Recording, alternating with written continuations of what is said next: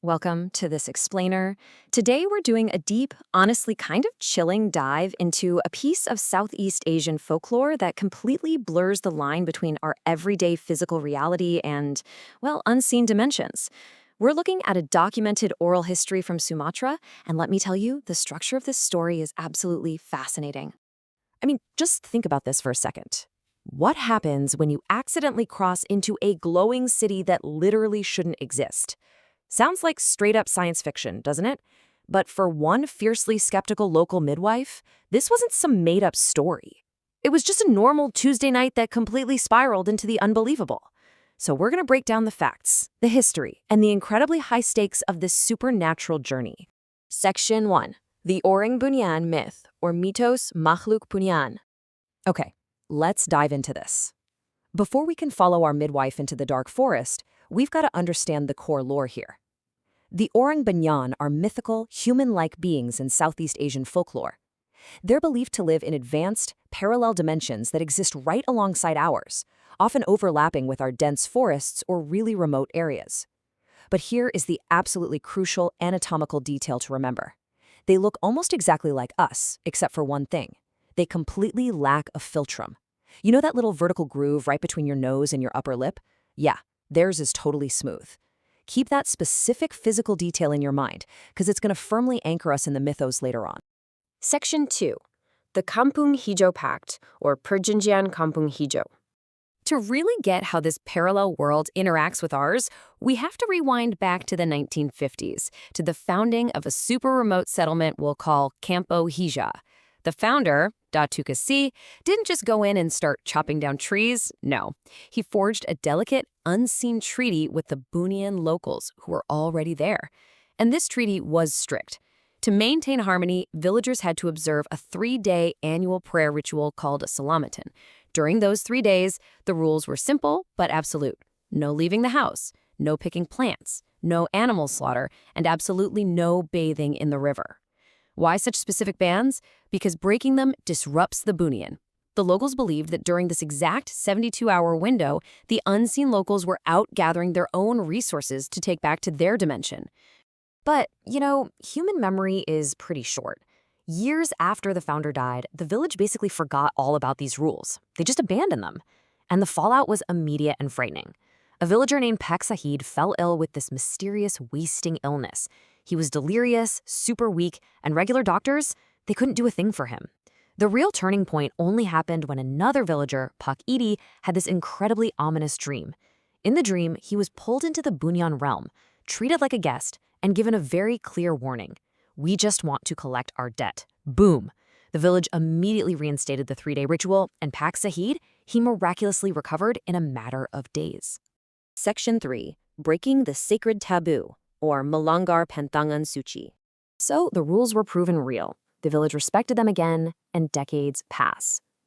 Let's walk through the timeline here. We move from the founding in the 50s, through the years of forgotten tradition and illness, right up to the 1990s. The original storyteller's grandmother is now 23 years old, and she is fiercely skeptical.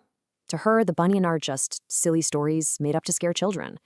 So right on the 3rd day of the sacred Salamatan ritual, she blatantly ignores her mother's desperate warnings. She walks right out the front door and heads down to the river to bathe. Big mistake. As she's walking down this lonely dirt path toward the river, she crosses paths with a group of strange men. One of them, who is clearly the leader, is wearing these shimmering golden clothes. She walks past them, and suddenly, the golden man turns to her and asks a chilling question. "What are you going to the city for?" She's totally confused. City? I mean, they are literally in the middle of a dense, remote forest. She takes a few more steps, turns around to look at him, and the men have completely vanished. Like, no turns in the road, no bushes to hide behind. Just gone. Section 4. Journey to the Invisible City, or Perjalanan ke Kota Gaib. Now, she was definitely spooked by the Golden Man, but she brushed it off and continued her life. Fast forward several years. Our fiercely skeptical woman is now married and working as an established, respected local midwife.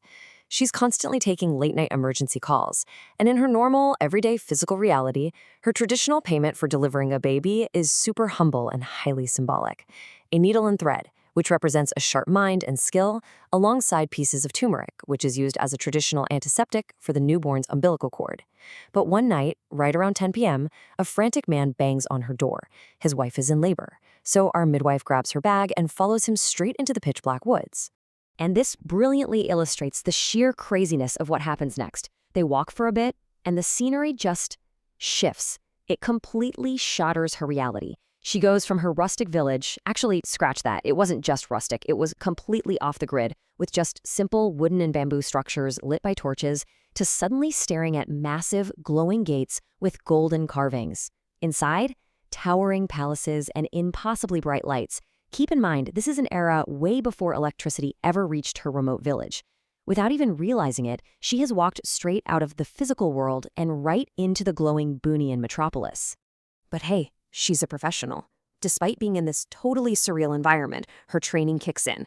Let's walk through exactly what she did. First, she enters a grand, unfamiliar room in the palace. Second, she immediately gets to work soothing the screaming mother on the bed. Third, after hours of hard work, she safely delivers a healthy baby boy, cuts the cord, and cleans him.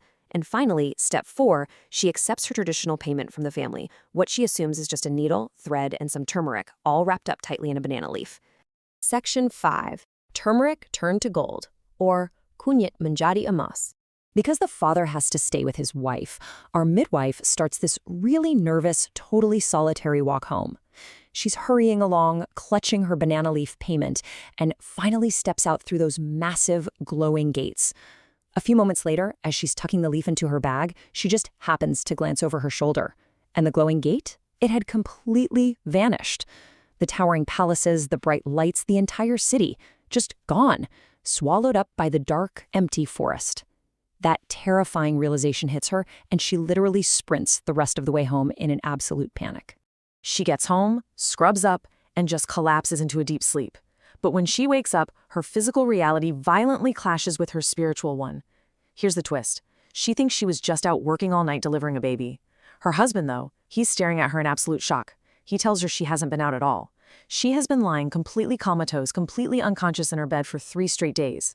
She argues furiously with him. She's like, "No way, I was out working." To prove it, she grabs her bag and reaches for that banana leaf she brought back. She unrolls it, fully expecting to see 4 pieces of turmeric. But what she actually finds? 4 heavy pieces of solid, pure gold. 4 pieces. They're shaped exactly like turmeric roots, but they are undeniably physically gold. The final section, the chosen midwife, or Bidan Bunyian. So, the crucial point is this.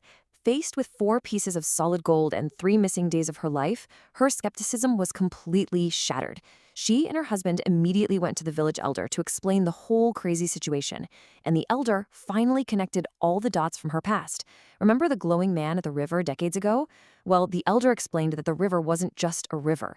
To the Bunyian, it literally was their invisible city. Because she broke the taboo and walked toward it back then, the Bunyian leader intercepted her. He asked why she was going to the city, but he didn't punish her. Instead, he foresaw her destiny. He saw the incredibly skilled midwife she was going to become, and he chose her. From that night on, she was their eternal midwife. And the wildest part? Every single patient she delivered in that glowing city, not a single one of them had a philtrum. This story is just wild. It fundamentally changes how we view the boundaries of our world, showing how deeply myth can intertwine with geography, history, and unseen dimensions.